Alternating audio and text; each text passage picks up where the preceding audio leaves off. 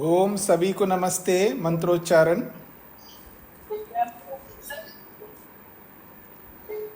Mic बंद कर लीजिएगा। ओम सहना भवतु सहनौ भुनक्तु सह वीर्यं करवावहै तेजस्विनावधीतमस्तु मा विद्विषावहै। ओम शांति शांति शांति।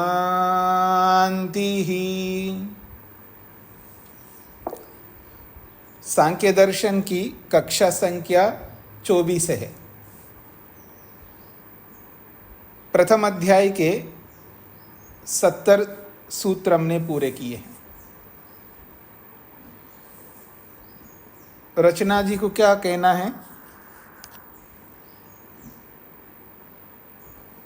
नमस्ते आचार्य जी। जी, आज शिक्षक दिवस के उपलक्ष्य में हम आपका धन्यवाद करना चाहते हैं कि ईश्वर की कृपा से आपका सहयोग हमें मिल रहा है और आप हमें बहुत अच्छी तरह से गाइड भी कर रहे हैं, पढ़ा भी रहे हैं। इसके लिए हम सब की तरफ से आपका बहुत बहुत कोटिशा हृदय की गहराइयों से धन्यवाद। एक बार पुनः नमन। जी धन्यवाद जी। राजीव जी को कुछ कहना है? नमस्ते। आपको नमस्ते करने के लिए आई है।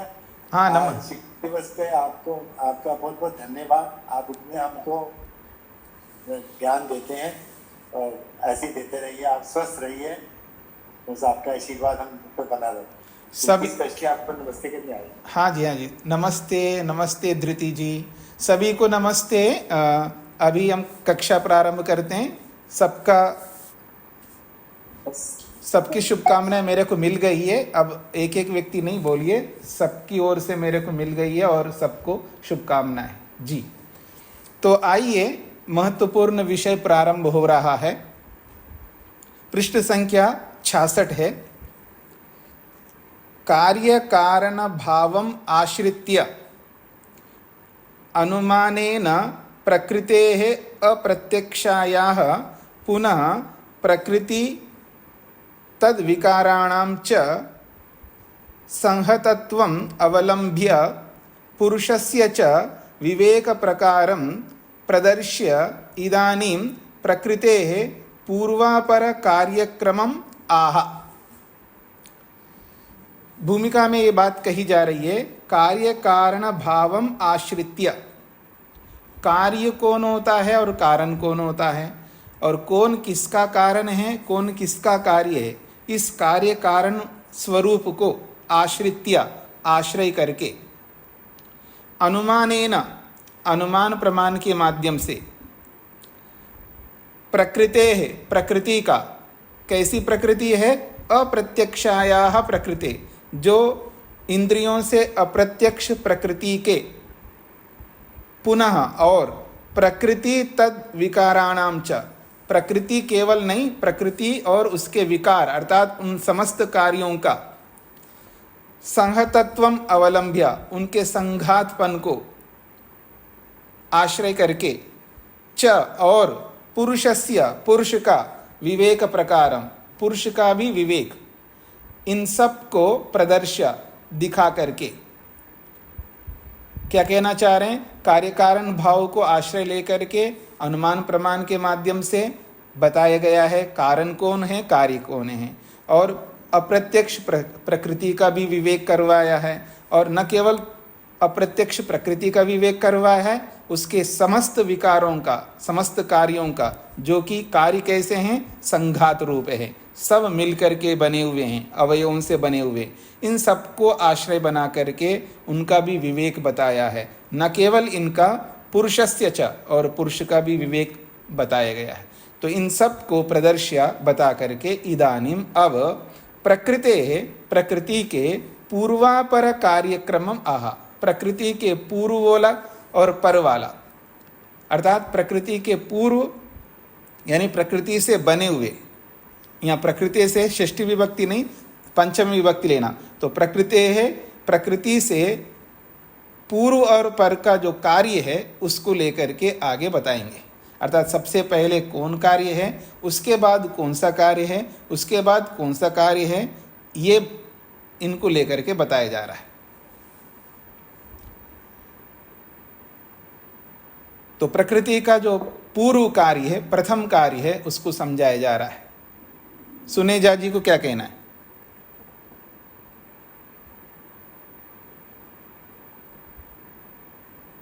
हाँ जी, अगर आपको नहीं कहना है तो हाथ हटा लीजिएगा, और आप कहना चाह रहे हैं तो अपना माइक खोलिएगा, दोनों में से एक करना होगा।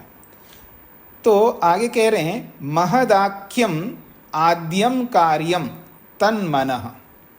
महद आख्यम, महद आख्यम आद्यम कार्यम तत्मनः तन्मनः, ये सूत्र है। तो कह रहे हैं महद आख्यम आद्यम कार्यम प्रकृतेः महान इति उक्तम। पीछे 61वें सूत्र में प्रकृतेर महान महतो अहंकार, इस सूत्र में स्पष्ट रूप से बताया कि प्रकृति से महान महतत्व उत्पन्न होता है। इति उक्तम, ऐसा कहा था। तद महदाख्यम, वो महान क्या है? तद वह महत आख्यम, आख्य कहते नाम वाला, महत नाम वाला है, अर्थात महतत्व नाम वाला है। प्रकृते आद्यम कार्यमस्ति, और वो जो महतत्व है प्रकृति का आदि कार्य है, अर्थात प्रथम कार्य है। और इस प्रथम कार्य महतत्व को एक और नाम से भी बोला है, तत्मनः, तच्च सामष्टिकम मनः, वो सामष्टिक मन है। पहले भी सामष्टिक शब्द आया है, अभी भी आया और आगे भी आ सकता है। आपने दो शब्द सुना, समष्टि और व्यष्टि, दो शब्द सुने होंगे आपने शास्त्रों में। अर्थात जो शास्त्र पढ़ते हैं वो लोग सुनते हैं, जो शास्त्र नहीं पढ़ते तो वो कैसे सुन पाएंगे। तो अच्छा है आप लोग शास्त्र पढ़ रहे हैं तो अभी आप सुन रहे हैं। समष्टि और व्यष्टि, ये दो शब्दों का प्रयोग होता है। समष्टि कहते हैं संपूर्ण ब्रह्मांड को, समष्टि शब्द जो है संपूर्ण ब्रह्मांड को, संपूर्ण सृष्टि को समष्टि कहते हैं। और व्यष्टि कहते हैं उस ब्रह्मांड के एक इकाई को, एक वस्तु को व्यष्टि कहते हैं। यदि मैं दूसरे शब्दों में बोलूं, हम सब मिलकर के समष्टि है और हम में से एक व्यक्ति जो है व्यष्टि है, ऐसा आप समझ सकते हैं। ये बात सबके साथ लागू कर सकते हैं। मान लीजिए आपके घर में 5-6 मेहमान आ गए और सबके लिए रोटी बनानी है। नहीं, 5-6 से काम नहीं चला, मैं 50 आदमी आ गए और सब हरियाणा के लोग हैं, रोटी खाएंगे, चावल नहीं खाते। रेयर में कभी खाते हैं, अलग बात है। और सबके लिए रोटियां बनानी है आपको, तो बना दिया आपने। 50 आदमी वो भी हरियाणा के हैं और वो भी किसान लोग हैं, फिर देखना क्यों जी, कितनी रोटियां बनानी होगी। तो समष्टि, सारी रोटियों को समष्टि कहेंगे आप, और एक रोटी को व्यष्टि कहेंगे। ऐसे सबके साथ आप लगाइएगा। तो यह सामष्टिकम मना, ये मन का विशेषण सामष्टिकम मना, सबको यही मन मिलता है। सामष्टिकम मना, सबको मिलने वाला मन, यह सबके लिए बराबर मन, सबके लिए एक जैसा मन, तो इसलिए सामष्टिकम मना। और ये कैसा है? मनन साधनम अध्यवसायात्मकम अंतःकरणम। ये मन कैसा है? मनन साधनम, मनन करने का, अर्थात मनन के बाद ही अध्यवसायात्मकम, निश्चयात्मक, निर्णयात्मक, निश्चय करने वाला अंतःकरणम, ये अंतःकरण है। तो यहाँ कंफ्यूज नहीं होना आप लोग। जो चित्त है उसको मन बोला जाता है, पर यहाँ महतत्व को, बुद्धि को, जो प्रथम तत्व है, इसको भी मन क्यों बोला, ऐसा आपके मन में आ सकता है। देखिए, शब्द जो होते हैं वैशिष्ट होते हैं, यानी उसमें विशेषता होती है। एक ऐसा शब्द होता है, वो एक शब्द किसी के लिए भी प्रयोग होता है। किसी के लिए का मतलब है मनमर्जी से नहीं, उसके पीछे रहस्य है, उसके पीछे आपको व्यापक रूप से व्याकरण, निरुक्त, छंद, ज्योतिष आदि बहुत शास्त्र पढ़ने होंगे। बहुत सारे शास्त्र पढ़ेंगे तो आपको शब्द विद्या क्या होती है, शब्द शास्त्र क्या होता है, शब्द क्या होते हैं, शब्द का मर्म क्या होता है, शब्द के अर्थ क्या होते हैं, ये आपको अच्छी तरह समझ में आएगा। मतलब एक ही शब्द, वही शब्द आप बिल्कुल विरुद्ध तत्वों के लिए आप बोलेंगे। इसका उदाहरण देता हूं, आप सब जानते हैं। अब सब जानते इसलिए बोला, अगर आपने सत्यार्थ प्रकाश पढ़ी हो तो सत्यार्थ प्रकाश में एक बहुत सरल उदाहरण महर्षि स्वामी दयानंद ने दिया है। सैंधवम, स्मरण आ रहा होगा।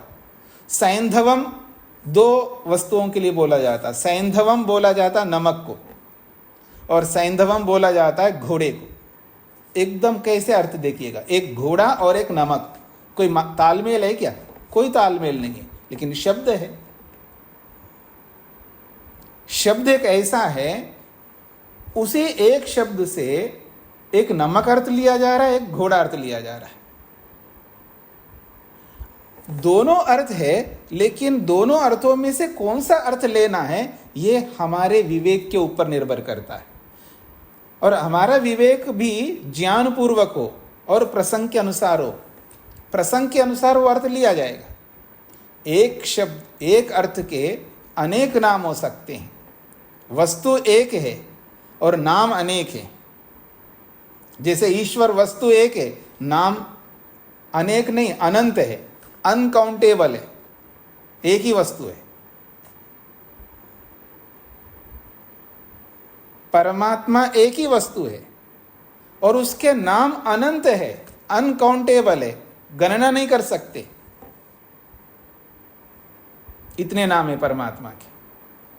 लेकिन किस प्रसंग में कौन सा नाम हमें ग्रहण करना है, लेना है, उसका प्रयोग लेना है, ये सब सुख के लिए होता है। अब भोजन में बैठे हैं और नमक कम हो गया है तो सैंधवम आनया, नमक लाओ, तो नमक ही लाएगा व्यक्ति, जो सब्जी दाल जिसमें डाल सके। वो घोड़ा ला करके खड़ा नहीं करेगा, वो मतलब वो कार ला करके खड़ा नहीं करेगा। खा लिया, पी लिया, हाथ धो लिया, ऑफिस जाना है, बिजनेस के लिए जाना है या नौकरी पे जाना है, तैयार हो गया, फिर बोला है सैंधवम आनया, तो गाड़ी ला करके खड़े करेगा। वो पहले घोड़ा होता था, आज गाड़ी होती है, बस इतना सा अंतर है। वो भी घोड़ा, ये भी घोड़ा, नाम चेंज हो गया। तो ये प्रसंग के अनुसार अर्थ लेना होता है। और इसी बात को न समझने के कारण से मध्यकाल में बहुत सारे विद्वान हुए, बहुत अच्छे अच्छे विद्वान हुए। उनकी विद्वत्ता में कोई कमी नहीं है, बस कमी एक ही रही है, वो प्रसंग के अनुसार अर्थ नहीं कर पाए। प्रसंग के अनुसार अर्थ नहीं कर पाए। शायद उन्होंने दर्शन विद्या नहीं पढ़ी होगी, लगता है। स्वामी दयानंद सरस्वती जी कहते हैं, वेदों को अगर ठीक से समझना है, उसके मर्म को समझना है, तो दर्शन विद्या सहयोग करता है वेदों को समझने के लिए। बहुत महत्वपूर्ण है दर्शन। इसलिए उन्होंने मध्यकाल में जो वेदों का भाष्य किया है, लोगों ने अर्थ का अनर्थ कर दिया। उन्होंने कहीं का ईंट कहीं का रोड़ा जोड़ दिया। मतलब उनके अर्थ आप देखेंगे ना तो आपको हंसी आएगी। कैसे हंसी आएगी? जैसे पुराणों में आपने कभी पुराण पढ़े हों कि ऋषि लोग जो है उड़ते हुए आकाश में आए और उनको ध्यान करना था। एक पेड़ के ऊपर जो है सब पत्तियों के ऊपर बैठ करके ध्यान कर रहे हैं। कहाँ बैठ करके? पेड़ के पत्तियों के ऊपर बैठ के ध्यान कर रहे ऋषि लोग।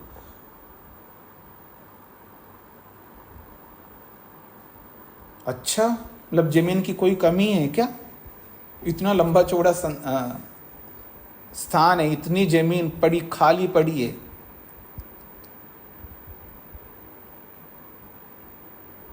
जमीन इतनी, बहुत जमीन है। ध्यान करने के लिए वो भी पत्ते ही मिले आपको, पत्तों के ऊपर बैठना है। और वो मतलब आप ऐसे लोग हो गए हैं कि पत्तों के ऊपर बैठे तो पत्ते आपको सहन कर रही हैं आपके भार को। हाँ, इसमें कोई ऊहा लगा सकता है, तर्क दे सकता नहीं, वो योगी लोग होते थे क्योंकि वो अपना अनिमा लगिमा गरिमा नामक सिद्धियां होती थे, वो अपने शरीर को बिल्कुल हल्का करते थे वो लोग, तो पत्तियों के ऊपर बैठने में क्या समस्या है।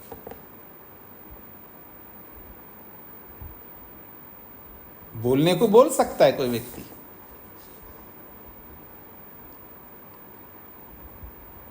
जहां सरलता होती है ना, उसको कठिन नहीं बनाना चाहिए। जहां सरलता होती है वहां उसको कठिन बना करके परोसना नहीं चाहिए।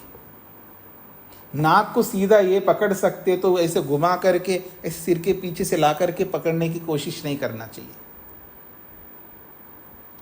उसको बुद्धिमत्ता नहीं कहते। बुद्धिमत्ता उसी में होती है जिसमें सरलता हो।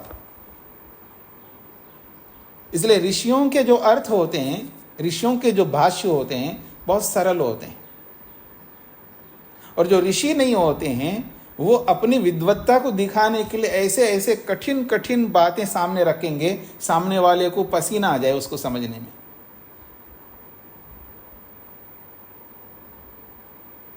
वैसे इतना सरल बातें आपके सामने ऋषियों ने परोसा है, वही आपको कठिन लग रहा है, और उसको अगर कठिन करके बताएंगे तो पता नहीं, आप तो कुछ नहीं कर पाएंगे। तो आइए, कोई बात नहीं। तो ये जो मन शब्द है, मन इसलिए बोला है क्योंकि मन शब्द जो बना है उसके पीछे ज्ञान जुड़ा हुआ है, और बुद्धि का काम है निर्णय करना। आगे बताएंगे आपको, आगे जाकर के दूसरा अध्याय जब आप पढ़ेंगे, दूसरा अध्याय, उसमें मन क्या करता है, बुद्धि क्या करती है, वहां पर आपको स्पष्ट करेंगे। तो ये जो बुद्धि है इसका काम है निर्णय करना, और निर्णय होता है मनन से, और मनन होता है श्रवण से। श्रवण होगा अर्थात सुनो, पहले सुनने के बाद जब मनन करेंगे, मनन का अर्थ होता है विचार करना, और वो विचार है, वो विचार किस रूप में करना है, जो बात आपने सुनी है वो उचित है या अनुचित है, न्याय संगत है अन्याय से युक्त है, धर्म युक्त है अधर्म युक्त है, यह है विचार करना होता है। और वो जो विचार है उचित अनुचित का, मनमर्जी उचित अनुचित का निर्णय नहीं कर सकते। यदि वो उचित है तो उसके पीछे प्रमाण होना चाहिए, यदि वो अनुचित है तो उसके पीछे प्रमाण है। सास ने बोला बहू को तुमको ऐसा करना है, बहू तो आजकल की है तो क्यों करूं ऐसा, बस करना है। बस करना है का मतलब क्या होता है, ऐसे करना है, हम ऐसे करते हुए आ रहे। अरे आप ऐसे करते हुए आ रहे तो मैं भी ऐसे करते रहूं, मैं तो पढ़ी लिखी हूं, ऐसा क्यों करूं। अब सास के पास उत्तर नहीं है क्यों का। तो फिर वहां पर क्या होगा, पहले मन में झगड़ा होगा, कालांतर में वाणी में झगड़ा होगा। भगवान जाने आप चिमटा बेलन लेकर के लड़ते नहीं लड़ते, वो भगवान जाने, बाकी झगड़ा तो जरूर होगा।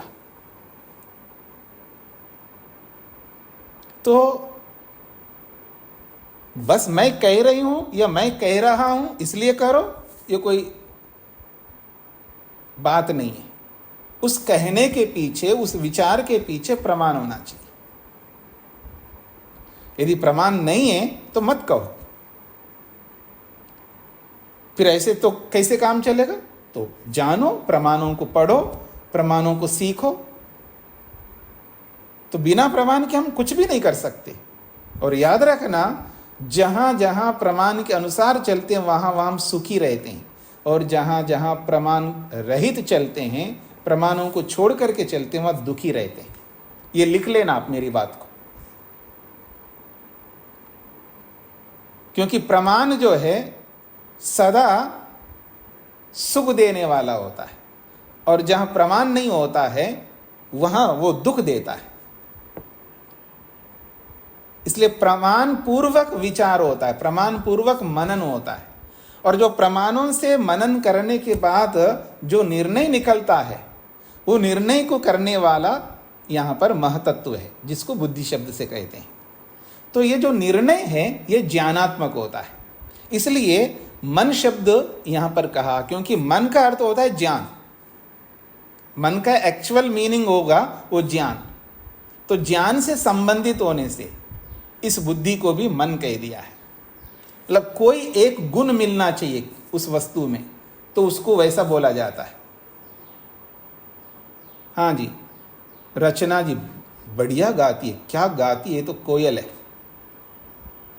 अब कोयल बोला है रचना जी को, अब पता नहीं रचना जी ऐसी गाती नहीं गाती, एक उदाहरण दे रहा हूं। अब कोयल जो गुण बताए, कोयल का एक गुण है बहुत मीठा गाती है, या जैसा भी आप उसके गाने को जो भी मानते, तो वो गुण अगर रचना जी में है, एक गुण इनफ पर्याप्त है। नहीं जी, कोयल तो काला होता है, रचना जी तो गोरी है। अब बाकी गुणों को नहीं देख सकते आप। एक गुण जो बोला गया है, मतलब उपमा जो दी जाती है, उस उपमा में एक गुण को सामने रखा जाता है। अगर सारे गुण होंगे तो फिर वो अलग व्यक्ति थोड़ा होगा, वो वही व्यक्ति हो जाएगी। इसलिए उदाहरण जो दिया जाता है, उस उदाहरण में एक क्वालिटी, एक गुण, एक विशेषता आपको दिखानी होगी। अगर एक भी दिखा नहीं सकते तो फिर वो उदाहरण नहीं है। एक, कम से कम एक दिखाना। अधिक दिखाना हो तो अलग बात है, अधिक की आवश्यकता नहीं है, एक ही की आवश्यकता है, एक की आवश्यकता है। पर उसी के कारण से उस नाम को बोला जाता है। मैंने आपको पीछे बताया था 3 प्रकार के शब्द होते हैं, योगिक, योगरूढ़ और रूढ़। याद आ रहा होगा आपको। तो योगिक में यही देखा जाता है, वो एक गुण उस वस्तु में मिल रहा है तो उसको भी उस नाम से बोला जाता है। तो ऐसे ही बुद्धि को मन इसलिए बोला है क्योंकि इसमें ज्ञान का कार्य, ज्ञान का काम है, क्योंकि वो निर्णय करती है बुद्धि। मतलब बुद्धि निर्णय करती का मतलब बुद्धि के माध्यम से आत्मा निर्णय करता है, ये इसका तात्पर्य है। मन बहुत अच्छा काम कर रहा है, अर्थात मन के माध्यम से जीवात्मा कर रहा है। सब कुछ जीवात्मा के कारण से होता है, जीवात्मा की प्रेरणा से होता है। पर भाषा में ऐसे ही बोलते हैं ना, गाड़ी ठीक चलती है जी, तो गाड़ी ठीक चलाई जाती है, पर भाषा में बोल देते हैं ऐसे। तो ये जो बुद्धि है ये निर्णय करती है, और निर्णय ज्ञानात्मक होता है। इसलिए ज्ञान के साथ जुड़ा होने कारण से इस महतत्व रूपी बुद्धि को भी मन शब्द से बोला है। यहां कंफ्यूज नहीं होना। आगे बढ़ता हूं जी।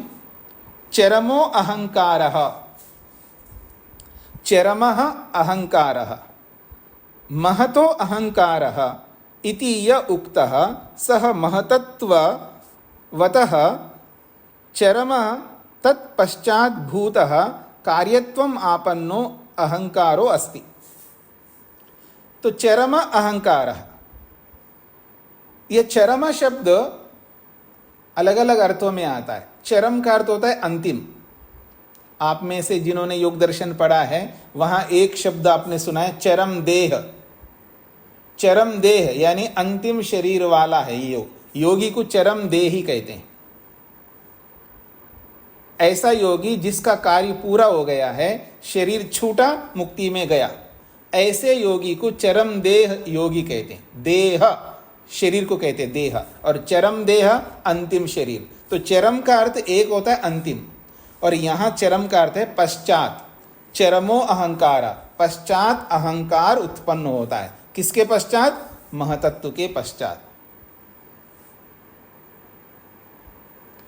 संस्कृत में, मेरी ओर देखिएगा, संस्कृत में जितनी फ्लेक्सिबिलिटी है ना, उतनी किसी भी लैंग्वेज में नहीं। एक शब्द को समझ लो तो आप अनगिनत शब्दों को समझ सकते हैं, अनगिनत शब्दों को।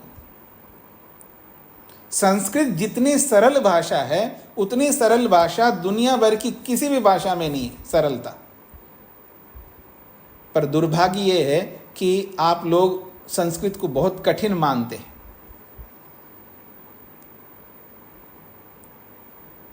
संस्कृत सीखना बहुत सरल है, इतनी सरल लैंग्वेज दुनिया में है ही नहीं। और मेरा आग्रह है आप सबसे, आप लोग संस्कृत का एक ट्यूटर लगवा लो, सस्ते वाला नहीं, बहुत महंगा वाला, तभी आप सीख पाएंगे। विद्या जो है ना, विद्या के लिए बहुत कुछ त्याग करना पड़ता है, और जो त्याग नहीं करता उसको विद्या कभी नहीं मिल सकती। विद्या पाने के लिए बहुत त्याग करना पड़ता है। पहला त्याग है समय का, उसको सेवा बहुत करनी पड़ती है। जितना ज़्यादा सेवा करेगा ना, उसको उतनी अधिक विद्या मिलती है। अगर जो सेवा नहीं कर सकता तो वो विद्या दे करके विद्या ग्रहण कर सकता है। एक विद्या तुम दो, एक विद्या मैं दूंगा, ऐसे गिव एंड टेक, लो और दो, ऐसे विद्या आ सकती है।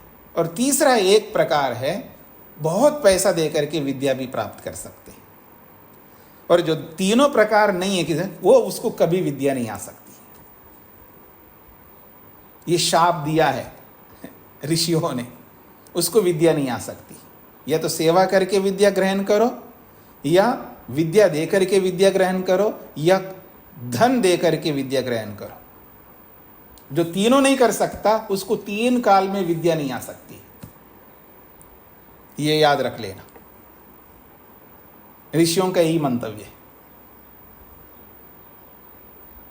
तो एक ट्यूटर पकड़ लो संस्कृत सिखाने वाला, और सस्ता वाला नहीं, बहुत महंगा वाले को पकड़ना, तो आपको आसानी से, मतलब वो आपको महीने का 10-15 हज़ार रुपये देना पड़े आपको, फिर तो आप सीखेंगे जरूर। ये हो नहीं सकता, सीखेंगे आप लोग। ट्यूटर नहीं मिला तो मेरे को बता देना, मैं दे दूंगा, बहुत है मेरे पास ट्यूटर। हाँ जी, तो कहने का अभिप्राय है संस्कृत बहुत सरल है, बहुत सरल है।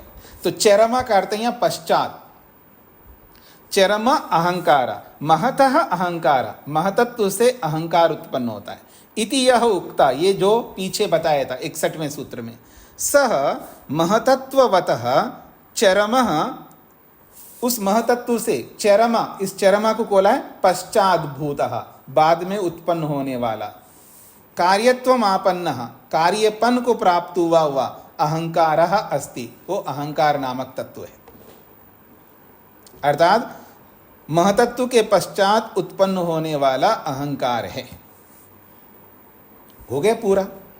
तत्कार्यत्वम उत्तरेषाम, अगला सूत्र, तत्कार्यत्वम उत्तरेषाम, उत्तरेषाम तत्कार्यत्वम, अहंकारात् पंचतन्मात्राणि उभयम इंद्रियम इत्येतेषाम उत्तरेषाम तत्कार्यत्वम अहंकार कार्यत्वम। कह रहे अहंकारात् पंचतन्मात्राणि, अहंकार से 5 तन्मात्राएं उत्पन्न होती है। उभयम इंद्रियम, और 2 प्रकार की इंद्रियां उत्पन्न होती हैं। देखिए, जब 2 प्रकार की इंद्रियां जब बोलेंगे तो कर्मेंद्रियां और ज्ञानेंद्रिय ऐसा ना बोल करके आपको ये बोलना है बाह्य इंद्रिय और आंतरिक इंद्रिय। यह है उभयम इंद्रियम, बाह्य इंद्रिय और आंतरिक इंद्रिय। आंतरिक इंद्रिय 1 है मन, और बाह्य इंद्रियां 10 है। उभयम इंद्रियम से आप ऐसा गलत अर्थ मत करना कि कर्मेंद्रियां और ज्ञानेंद्रियां, ऐसा नहीं। यह उभयम इंद्रियम का मतलब है एक अंदर की इंद्रिय है और एक बाहर, अंदर काम करने वाली इंद्रिय है और बाहर काम करने वाली इंद्रियां। इत्येतेषाम उत्तरेषाम, इन बाद वाले, अर्थात तत्कार्यत्वम, वो उसके कार्य, तत्कार्यत्वम उसके कार्य हैं। किसके? अहंकार कार्यत्वम, खोला है, वो अहंकार के कार्य हैं। कौन? ये 11 पदार्थ नहीं, गलत बोला, 16 पदार्थ। अहंकार से 16 तत्व उत्पन्न होते ना, 5 तन्मात्राएं, 11 इंद्रियां, तो ये 16 पदार्थ उस अहंकार के कार्य हैं। पुनः च तन्मात्र कार्याणाम, अब पुनः इसके पश्चात तन्मात्र कार्याणाम, अहंकार के बाद सीधा तन्मात्राएं आ गई। मन किसी का कारण नहीं है, ज्ञानेन्द्रियां कर्मेंद्रिय किसी के कारण नहीं है, वो कार्य मात्र है केवल। इसलिए अहंकार के बाद तुरंत तन्मात्राओं तक पहुंच गए। बीच में जो मन आया है, ज्ञानेन्द्रियां हैं, कर्मेंद्रियां, इनको छोड़ दिया क्योंकि ये किसी के कारण नहीं है। तन्मात्र कार्याणाम स्थूलभूतानाम, और तन्मात्राओं के जो कार्य है वो स्थूलभूत है। तत्कार्यत्वम अर्थात तन्मात्र कार्यत्वम, वो तन्मात्राओं के कार्य है स्थूलभूत। इति अपि उक्तम भवति, ये भी कह दिया गया है, ऐसा समझ लेना चाहिए। तदत्र, अब ये जो बातें कही है, प्रकृति से महतत्व, महतत्व से अहंकार, अहंकार से ये 16 तत्व, फिर उसके बाद 5 तन्मात्राओं से 5 स्थूलभूत, ये पूरा बता दिया। तदत्र, इस संबंध में आद्य हेतुता तद्वारा पारंपर्ये अपि अणुवत, इस 74वें सूत्र में अणुवत, अणु के समान उदाहरण देकर के समझाया जा रहा है। किसको? प्रकृति को। आद्य हेतुता तद्वारा पारंपर्ये अपि अणुवत, आद्य हेतुता तद द्वारा पारंपर्ये अपि अणुवत। वर्मा जी को क्या कहना जी?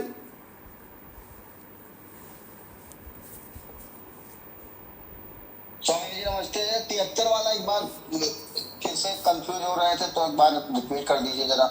ये कहना चाह रहे हैं तत्कार्यत्वम उत्तरेशम, तत् का मतलब है उस अहंकार के कार्य, उत्तरेशम बाद वाले हैं। कौन बाद वाले हैं? 5 तन्मात्राएं, 11 इंद्रियां, ये 16 तत्व उस अहंकार के कार्य है, ये बताया गया है 73वें सूत्र। 5 तन्मात्राएं और 10 इंद्रियां और 1 मन। जी जी। फिर 5 महाभूत भी कुछ कहा 5 तन्मात्राएं से, वो समझ नहीं। नहीं, वो ये कह रहे हैं कि 16 तत्व बताए, उन 16 तत्वों में से 5 तत्व हैं तन्मात्राएं, फिर उन तन्मात्राओं से 5 स्थूलभूत बनते हैं, ये बताया है। ठीक है, 5 स्थूलभूत। जी जी जी जी। 74वां सूत्र है आद्य हेतुता तद्वारा पारंपर्ये अपि अणुवत। अणुवत ये उदाहरण है जी। भाष्य को देखिएगा। प्रकृतेः कार्यं महतत्वं, तस्य कार्यम अहंकारः, अहंकारस्य कार्यम तन्मात्राणि, तन्मात्राणां कार्याणि स्थूलभूतानि इति कार्य पारंपर्ये अपि। ये जो आपने स्पष्ट किया था, प्रकृति का कार्य महतत्व, फिर उस महतत्व का कार्य अहंकार, फिर उस अहंकार का कार्य तन्मात्राएं, फिर उन तन्मात्राओं के कार्य स्थूलभूत, इस प्रकार का कार्य पारंपर्य अपि, इस कार्यों की जो परंपरा है, इन कार्यों की परंपरा में भी तद्वारा आद्य हेतुता, कहते हैं उक्त कार्य कारण प्रवाह द्वारा, ये जो कही गई परंपरा है ना, कार्य और कारण की जो परंपरा बताइए, तो उक्त कार्य कारण प्रवाह द्वारा, इस कहे गए कार्य कारण प्रभाव के द्वारा आद्य हेतुता, इसमें आद्य हेतु है। अब ये आद्य हेतु क्या होता है, इसको समझाया जा रहा है, समझने का प्रयत्न करिएगा। पहले आद्य शब्द को समझा रहे हैं। आद्य किसको कहते हैं? हाँ जी, किसी किसी को आद्या नाम भी रखते होंगे ना लोग, आद्या। तो इस आद्या को समझ लीजिएगा। आदो भव आद्य, आदौ भव आद्य, आदि में रहने वाले को या आदि में होने वाले को आद्य कहते हैं। ये जो आदो है ना, ये सप्तमी विभक्ति का, आदि शब्द का सप्तमी विभक्ति में आदो बनता है। आदि, आदि का मतलब है प्रारंभ का, जो सबसे पहले होता है उसको आदि कहते हैं। आपने सुना ना आदि शंकराचार्य, आज भी शंकराचार्य है ना, बहुत सारे शंकराचार्य हैं, अलग अलग मठों में शंकराचार्य हैं, लेकिन आद्य शंकराचार्य, आद्य यानी सबसे पहले जो शंकराचार्य हुए हैं ना, उसको आद्य शंकराचार्य कहेंगे। तो ऐसे ही आदौ भव, आदि में होने वाले को आद्य कहते हैं। ये आद्य शब्द का अर्थ है। किसी का नाम आद्य रखा है, तो समझ लीजिएगा, मान लीजिएगा, मैं आपके उदाहरण देता हूँ, किसी के आजकल के नहीं होते हैं लेकिन थोड़ा सा बीच पीछे ले जाता हूँ, 5-6 बच्चे हुए हैं किसी के, 5-6, क्यों जी, आप में से भी होंगे कुछ लोग, हम भी 5-6 लोग हैं जी, हम 7 लोग हैं, हम 8 लोग, ऐसे बोलते हैं ना आप लोग भी। तो उनमें से जो आद्य कौन है, सबसे पहले कौन हुआ? हाँ जी, मेरी बड़ी बहन है जी, नहीं जी मेरा बड़ा भाई है, तो वो आद्य कहलाएगा। आद्य का मतलब सबसे पहले होने वाला।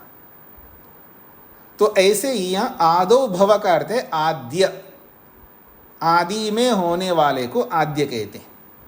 अब इस आद्य और हेतु को दोनों को जोड़ देंगे, ये 2 शब्द होंगे, आद्य और हेतु।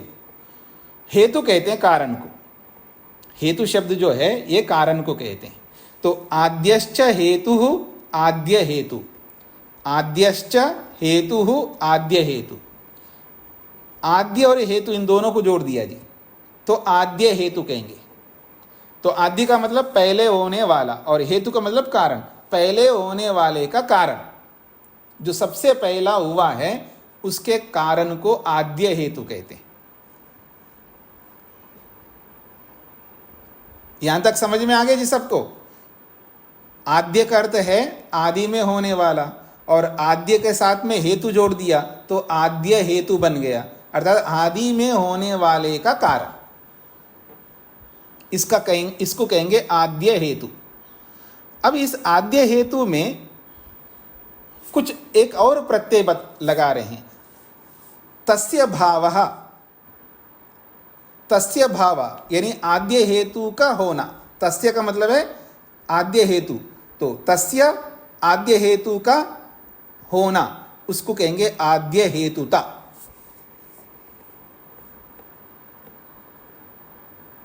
मैं आपको दूसरा उदाहरण देता हूं।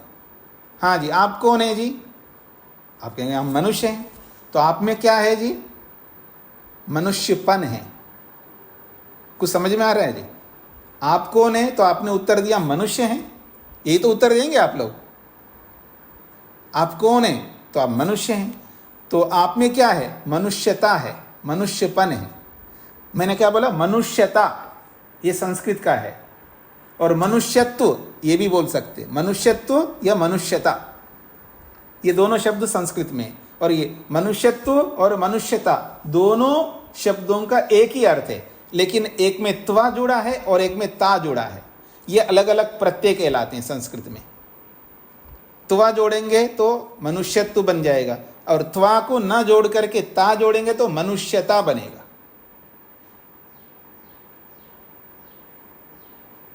तो ऐसे ही यहां पर तस्य भावा, उस मनुष्यत्व का होना, तो मनुष्यता हो जाएगा। और ऐसे ही यहां आद्य हेतु का होना, तो आद्य हेतुता बन जाएगा। ये शब्द समझ में आ गया जी सबको? मनुष्य, मनुष्यता, मनुष्य, मनुष्यता। तो मनुष्यता करते हैं मनुष्यत्व का होना, या मनुष्यत्व बोलूं तो मनुष्यत्व का अर्थ है मनुष्यत्व का होना या मनुष्यपन का होना। तो ऐसे ही यहां पर आद्य हेतुता, तो आद्य हेतुता का मतलब है आद्य कारण का होना, ऐसा अर्थ निकलेगा आद्य हेतुता का। अब इस आद्य हेतुता का खोला है प्राथमिक कारणता। प्राथमिक कारणता, प्राथमिक तो समझते हैं, प्राथमिक विद्यालय बोलते हैं ना आप लोग, प्रारंभ का विद्यालय। सबसे पहले इसी विद्यालय में बच्चे की शिक्षा होती है, उसको प्राथमिक विद्यालय कहते हैं। ये आप अलग बात है, उस प्राथमिक विद्यालय को आप अलग अलग अनेक विभाग बना लिया आपने। प्राथमिक विद्यालय को आपने अलग अलग विभाग बनाया, पता नहीं कौन से गार्डन बोलते रहते हैं, पता नहीं अलग अलग नाम रख दिया आपने, ठीक है जी। LKG, OKG, AKG, मेरी KG, आपकी KG, ऐसा है ना। तो इतने सारे विभाग बना दिया आपने, पर वो है तो प्राथमिक विद्यालय के विभाग है। तो यह प्राथमिक कारण तक, प्राथमिक अर्थात पहला कारण। इस पहले कारण को कैसे समझना है? पहले कारण का मतलब है पहला जो पैदा हुआ है महतत्व। सबसे पहला कौन पैदा हुआ है? महतत्व। इसी को लेकर के बोला था ना, पिछले सूत्र में 71वें सूत्र में, महदाख्यम आद्यम कार्यम, आद्यम कार्यम प्रथम कार्य, प्राथमिक कार्य। तो कह रहे हैं प्राथमिक कार्य का कारण कौन है, उसको कैसे समझूं मैं, क्योंकि हमने तो प्रत्यक्ष किया नहीं है। उस प्राथमिक कारण को कैसे समझूं? तो उत्तर दिया अणुवत, अणु के समान समझ लो। अब ये अणुवत क्या होता है जी? अणुवत विज्ञेया अन्वेष्या, अणु के समान समझ लेना चाहिए या अणु के समान अन्वेषण कर लेना चाहिए। यथा, जैसे कि कस्यचित महत् परिमाणवतः कार्य वस्तुना, किसी महत् परिमाण वाले कार्य वस्तु का।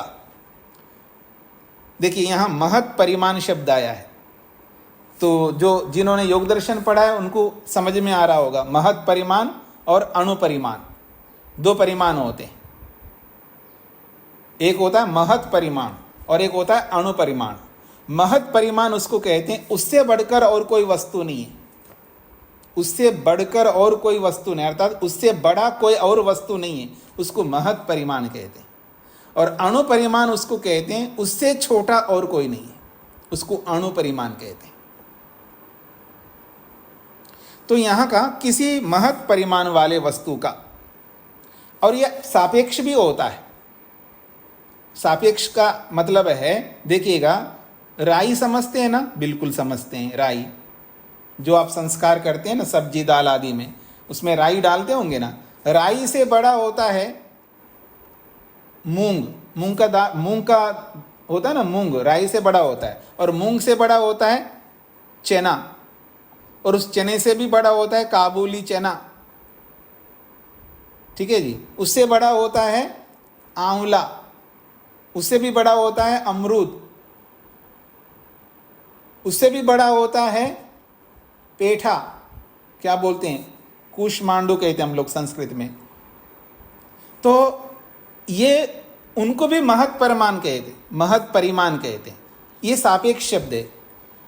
इसकी अपेक्षा वो महत् परिमाण है, उसकी अपेक्षा वो महत् परिमाण है।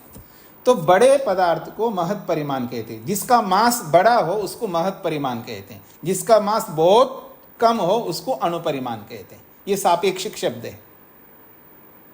तो कह रहे हैं कस्यचित महत् परिमाणवता, किसी महत् परिमाण वाले वस्तु को ले लेना। तो उन्होंने लिया घटाधिकस्य, घड़े को ले लीजिएगा, बहुत सरल उदाहरण है घड़ा। तो घटाधिकस्य, घड़े आदि किसी भी पदार्थ को ले सकते हैं। तो कारणतायाम, उसके कारण में जाएंगे। घड़े का कारण कौन है जी? तो अब तुरंत बोलेंगे मिट्टी। तो घटाधिकस्य कारणतायाम, घड़े के कारण में जाएंगे तो अणु, उसमें जाकर के आप मिट्टी में जाएंगे तो अंत में क्या बचेगा? अणु बचेगा।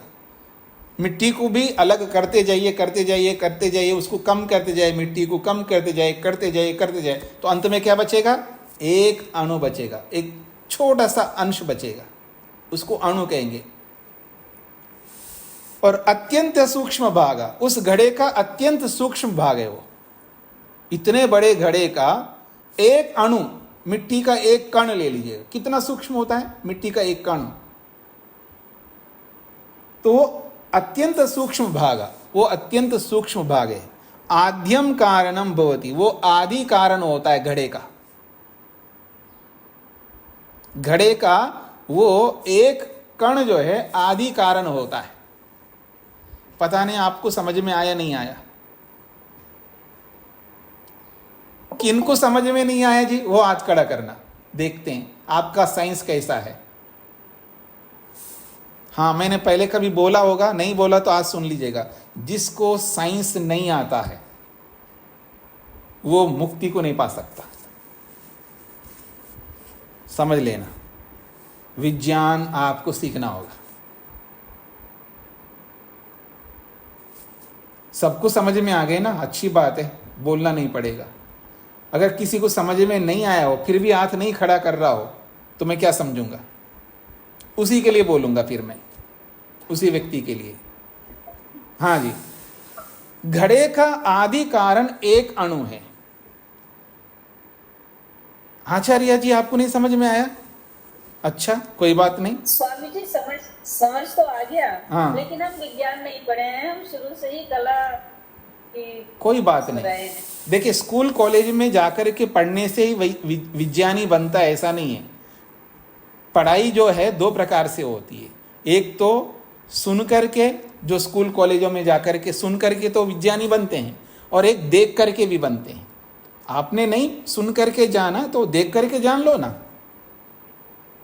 जब वो क्या है, वो सेव को नीचे गिरते हुए देखा है ना उन्होंने, न्यूटन, देख करके तो सीखा है उन्होंने। कोई देख करके सीखता है, कोई सुन करके सीखता है। तो घड़े का आदि कारण एक अणु है। ये कैसे है? घड़ा जो इतना बड़ा बना है, बहुत बड़ा बना है घड़ा, इतने बड़ा घड़ा ऐसे कैसे बना है? पहले एक अणु दूसरे अणु के साथ जुड़ता है, फिर वो दो अणु तीसरे अणु के साथ जुड़ते हैं। ऐसे एक एक जुड़ते जुड़ते जुड़ते जुड़ते आपको इतनी सी मिट्टी दिखेगी। फिर उस मिट्टी को बढ़ाते जाओ बढ़ाते जाओ बढ़ाते, इतनी सारी मिट्टी मिलेगी। फिर उसको मिला करके लोंदा बना करके, फिर वो कुम्हार जो घड़ा बनाता है तब जाकर के घड़ा बना। और घड़ा जो एक बना है ना, वो ऐसे नहीं बनता। पहले टीकरे बनते हैं, टीकरे। पहले इधर का टीकरा, फिर इधर का, फिर इधर का। सबसे पहले बेस का टीकरा, फिर उसके बाद साइड के, ऐसे अलग अलग टीकरे बनते बनते बनते एक घड़ा बन जाता है। ये अलग बात है, हमारी आंखों में उन टीकरों को देखने का सामर्थ्य नहीं है, क्योंकि बहुत तेजी से चलता है ना वो गोल गोल। आजकल तो इलेक्ट्रिक आ गए हैं, तो जो तीव्रता उसमें होती है, उस तीव्रता से, उस तीव्र गति से वो टीकरे हमको नहीं दिखते हैं। लेकिन याद रखना, एक एक टीकरे मिलकर के घड़ा बनता है। जब एक एक टीकरा मिलकर के घड़ा बनता है तो एक एक अणु मिलकर के घड़ा तक पहुंचे हम। अब तो समझ में आ गया होगा ना सबको। इसी को कहते हैं साइंस इसी को कहते हैं साइंस। साइंस कुछ ऐसा, कुछ साइंस का मतलब कुछ अलग कल्पना मत करिएगा। साइंस का मतलब है पदार्थ विद्या, और कुछ नहीं है। साइंस का मतलब है पदार्थ विद्या, और पदार्थ विद्या आनी चाहिए, आएगी आपको जरूर। इसके बाद जब वैशेषिक पढ़ेंगे ना तो आपको और अच्छा स्पष्ट हो जाएगा पदार्थ विद्या क्या होती है। ठीक है जी। तो ये जो घड़े का कारणों पर, जब हम घड़े के कारणों के ऊपर विचार करते करते जब आगे पढ़ेंगे, एक अणु बचेगा। जो एक अंतिम अणु बचा है वो आद्यम कारणम भवति, वो आद्य कारण होता है उस घड़े का। तथैव, ठीक उसी प्रकार से अत्र अपि, इस प्रसंग में भी निर्णेतव्या, निर्णय कर लेना चाहिए। क्या? आद्य कारणता, इस संसार का जो आद्य कारण है, यद अतः परम किम सूक्ष्मम, मतलब स्थूलभूत को पकड़ो, स्थूलभूत का सूक्ष्म कौन है उसमें चले जाओ तो आपको तन्मात्राएं आएंगी। तन्मात्राओं का सूक्ष्म कौन है तो उसमें आपको अहंकार आएगा। अहंकार से सूक्ष्म कौन है तो आपको महतत्व आएगा। महतत्व से सूक्ष्म कौन है, फिर वो वहां पर आद्य कारण दिखाई देगा। अर्थात उस महतत्व का आदि कारण है सत्वरजतम, ऐसा पहुंचेंगे आप। तो कह रहे हैं आद्य कारणता, आद्य कारण पर। यद अतः परम किम सूक्ष्मम, इससे परे कौन सूक्ष्म है। पुनः तथा परम, फिर उससे परे कौन सूक्ष्म है। इति प्रातिलोम्येन, इस प्रातिलोम्य क्रम से जब आप आगे बढ़ेंगे, प्रातिलोम्य क्रम समझ रहे हैं ना, स्थूल भूतों से, स्थूल से सूक्ष्मता की ओर, इसको प्रातिलोम्य क्रम कहते हैं। तो इस प्रातिलोम क्रम से जब स्थूल से सूक्ष्मता की ओर जाएंगे तो आपको आद्य कारण सत्वरस्तम मिल जाएगा, ये कहना चाह रहे हैं। हाँ जी, कमलेश जी को क्या कहना है?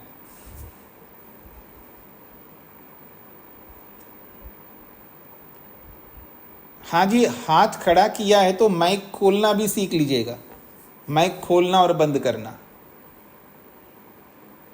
हाँ जी, अभी आप में से किसी कोई प्रश्न है तो प्रश्न कर सकते। हाँ जी, मधु जी। स्वामी जी, प्रतिलोम्य कारण शाब्दिक अर्थ कैसे, मतलब ये शब्द कैसे ये अर्थ दे रहा है? उल्टा उल्टा देखना, यानी स्थूल से सूक्ष्म को, सूक्ष्मता से जब स्थूल की ओर आते हैं वो सीधा क्रम है, सूक्ष्म से स्थूल की ओर, क्योंकि सत्वर स्तंभ से ही तो महतत्व बना है। प्रारंभ कहाँ से करेंगे? सत्वर स्तंभ से महतत्व, प्रारंभ वहीं पर होता है। यानी सूक्ष्म से स्थूल की ओर जाना, ये सीधा क्रम है, और उल्टा क्रम को प्रातिलोम्य क्रम कहते हैं। हाँ जी, सरिता जी। स्वामी जी नमस्ते जी। ये जो अहंकार से तत्व उत्पन्न होते हैं, इंद्रियां, मन और तन्मात्राएं, तो इनमें क्या जो सत्व गुण के थ्रू कुछ होता है या तम गुण के थ्रू कुछ होता है? जैसे तम गुण शायद तन्मात्रा या सत्व गुण इंद्रिया, ऐसा कुछ है क्या? इसकी भी चर्चा आएगी आगे, इसको भी समझेंगे, बिल्कुल आएगी। हाँ जी, देखिए वस्तुएं जो बनती हैं वो किस तरह बनती हैं वो भी एक बार मैं आपके सामने रखूंगा जब प्रसंग आएगा, क्योंकि दो प्रकार से वस्तुएं बनती है। एक सम मात्रा में मिलकर के वस्तुएं बनती है, एक विषम मात्रा में मिलकर के। दो ही प्रकार है दुनिया में वस्तुओं के बनने में, सम मात्रा में या विषम मात्रा में। तो ये जो वस्तुएं बनी हैं ये कैसे बनी है? विषम मात्रा में मिलकर के बनी हुई है। इसकी चर्चा करेंगे आगे। जी, मोहनलाल जी को क्या कहना है? मोहनलाल जी। ओम स्वामी जी नमस्ते। जी स्वामी जी, इसमें जो 71वां जो सूत्र पढ़ाया जी, 71 सूत्र की क्या आवश्यकता पड़ी जब इसमें जो अन्य सूत्र जो आप पढ़ा रहे हैं 72, 73, 74, और वो पिछले क्रम के अनुसार ही है कि जो आदि कारण है 17 स्तंभ के बाद में महतत्व बना, और महतत्व के बाद में अहंकार, और अहंकार से अन्य बने। और इसमें 71 में आपने बता दिया कि आदि कारण प्रकृति से, और ये वो बना ये मन की क्या आवश्यकता आ गई यहाँ पर? नहीं, वो तो महतत्व है ना। महतत्व का एक नाम मन शब्द से भी बोल दिया। आवश्यकता क्या है ऐसा बोलने के लिए आप पूछ रहे हैं ना। एक वस्तु के अनेक नामों की आवश्यकता पड़ती है। मतलब एक ही वस्तु है, उसको पिता भी कहते हैं, उसको अध्यापक भी कहते हैं, उसको भाई भी कहते हैं, उसको साला भी कहते हैं, उसको जीजा भी कहते हैं। इतने सारे नाम नहीं जानेंगे तो उसके साथ व्यवहार कैसे करेंगे उस व्यक्ति के साथ में? एक वस्तु के अनेक नाम है तो उन नामों का हमें समझना होगा, उसके बिना हम व्यवहार नहीं कर सकते। अगर महतत्व को कोई बुद्धि शब्द से बोलेगा तो आप बुद्धि शब्द से ज्ञान अर्थ लेकर के परेशान होते रहोगे, लेकिन वो ज्ञान अर्थ नहीं बता रहा है, वो महतत्व रूपी उस इंस्ट्रूमेंट को बोल रहा है बुद्धि शब्द से, आप परेशान हो जाएंगे। और वो मन शब्द से महतत्व को बोल रहा है और आप मन शब्द से आप चित्त को ले लोगे तो भी परेशानी होगी आपको, आप समझ नहीं पाएंगे। तो ये व्यवहार करने के लिए बोला जा रहा है, हमारे को आवश्यकता है तभी तो बताया जा रहा है। जी, रामचरण जी। नमस्ते स्वामी जी। जी, मेरा निवेदन था सूत्र संख्या 74 को थोड़ा सा समझी करके बता दो। देखिए, आद्य हेतुता ये एक शब्द है। अगर इस एक शब्द को खोलेंगे तो आद्य अलग शब्द है और हेतुता अलग शब्द है। फिर तद अलग है, द्वारा अलग है, पारंपर्य ये भी अलग है, अपि अलग है और अणुवत अलग है। जी, और किसी का प्रश्न? सुदेशना जी। स्वामी जी प्रणाम। जी, स्वामी जी, अहंकार से पंच तन्मात्रा और पंच ज्ञानेंद्रिय, पंच कर्मेंद्रिय, मन बना। जी, तो ये जो पंच तन्मात्रा है, ये पंच ज्ञानेंद्रिय, पंच कर्मेंद्रिय से सूक्ष्म है या ये सब एक ही तरह का वस्तु है?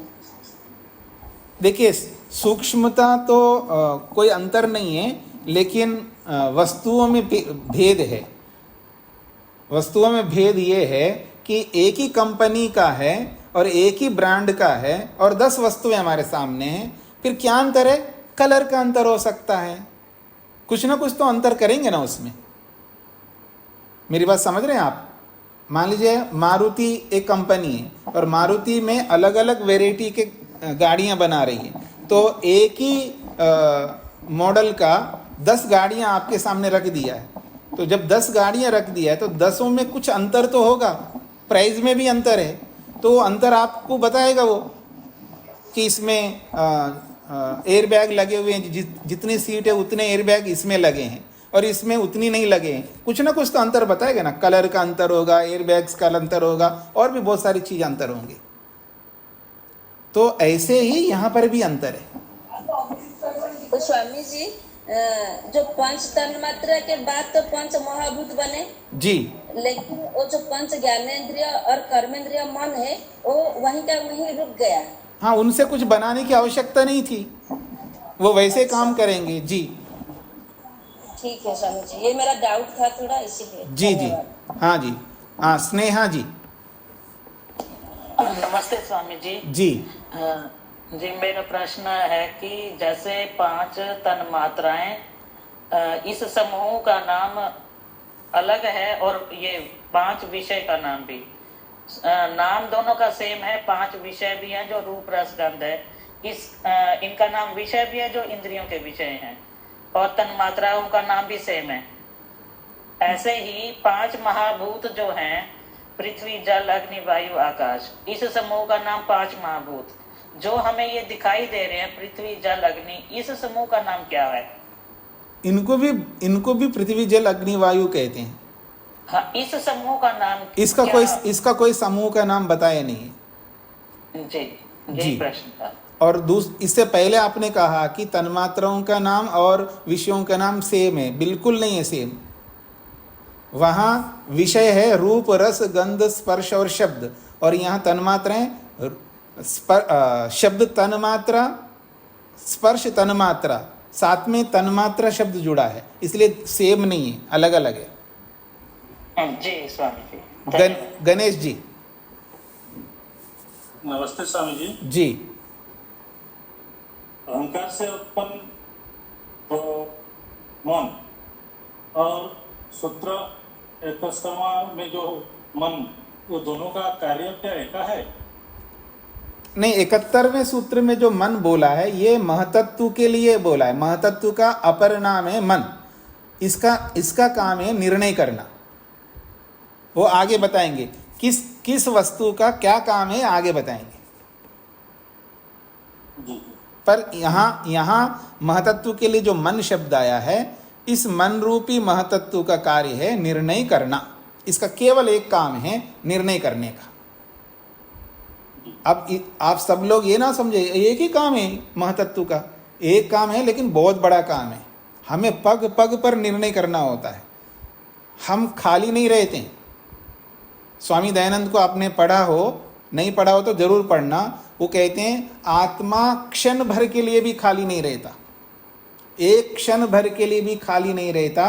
वो बिना ज्ञान प्राप्त किए, बिना कर्म किए, बिना भोगे अर्थात बिना उपासना किए वो खाली नहीं रह सकता। जागृत अवस्था में या निद्रा अवस्था में 24 घंटा वो खाली नहीं रहता। आपको लग रहा है कि ये आदमी सो गया, लेकिन शरीर से सो गया, इंद्रियों से सो गया, लेकिन उसका मन काम कर रहा होता है। मन खाली नहीं रहता, उसकी बुद्धि मन खाली नहीं रहता, उसकी बुद्धि भी काम कर रही होती है, और उसके साथ साथ उसका अहंकार भी काम कर रहा होता है, क्योंकि उसको एहसास करना भी मैं तो सोच रहा हूँ। स्वप्न में भी सोचता है ना व्यक्ति, और ऐसे निद्रा में भी आनंद ले रहा होता है, खाली नहीं रहते हो। तो एक विकल्प जो है वो विकल्प जो है ये सूत्र में जो है महतत्व, ये देखिए महतत्व, सुनिए, महतत्व को मन शब्द से बोला है, पर ये मन का, इस महतत्व रूपी मन का एक काम है निर्णय करना। और जिसको चित्त कहते हैं, मन कहते हैं, उसका काम बहुत है। वो मनन भी करता है, स्मरण भी करता है, ऐसे बहुत सारे काम हैं। जी हाँ जी, नरेंद्र जी। स्वामी जी ओम। जी स्वामी जी, ये 74वें सूत्र के पंक्ति में ये जो वाक्य है, इसमें अणुवत ब्रैकेट के बाद में जो लिखा हुआ है अणुवत विज्ञेया अन्वेषणा, इसका शाब्दिक अर्थ बताइए जरा एक बार। अणुवत कमला, अणु के समान, विज्ञेया जान लेना चाहिए। फिर उसके बाद अन्वेष्या, अन्वेषण कर लेना चाहिए। अन्वेष्या भी विज्ञेया का दूसरा नाम है। अन्वेष्या कहो अथवा विज्ञेय कहो, एक ही बात है। बोलने को तो मैं बोल सकता हूँ अन्वेषण करना चाहिए, वो अन्वेषण भी जानने के लिए है। तो अन्वेष्य का मतलब है अन्वेषण करना चाहिए, अर्थात समझ लेना चाहिए। जी जी धन्यवाद। सतीश जी।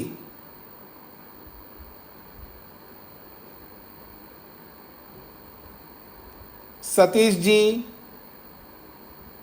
माइक खोलिए। नहीं खुला, माइक खुला नहीं है। जी जी पांच तन्मात्राएं और 5 विषय, मैं अभी तक एक ही समझता था, परंतु आज आपने शायद ऐसा बताया कि अलग अलग है। आज इन्हें नहीं बताया, शुरू से बताता हुआ आ रहा हूँ। आज ही थोड़ा बताया मैंने, शुरू से बताता है। जब अलग अलग पार्टिकल समझना पड़ेगा जी। हाँ जी, हाँ जी, जब वो तन्मात्राओं को बताया था कि शब्द तन्मात्रा, वहीं पर क्लियर करके विस्तार से बताया। ये भूल मत करना कि विषयों को और इनको मिलाना नहीं, कंफ्यूज नहीं होना, सारी बातें बताई थी। जी धन्यवाद जी। ओम शांति शांति शांति ही।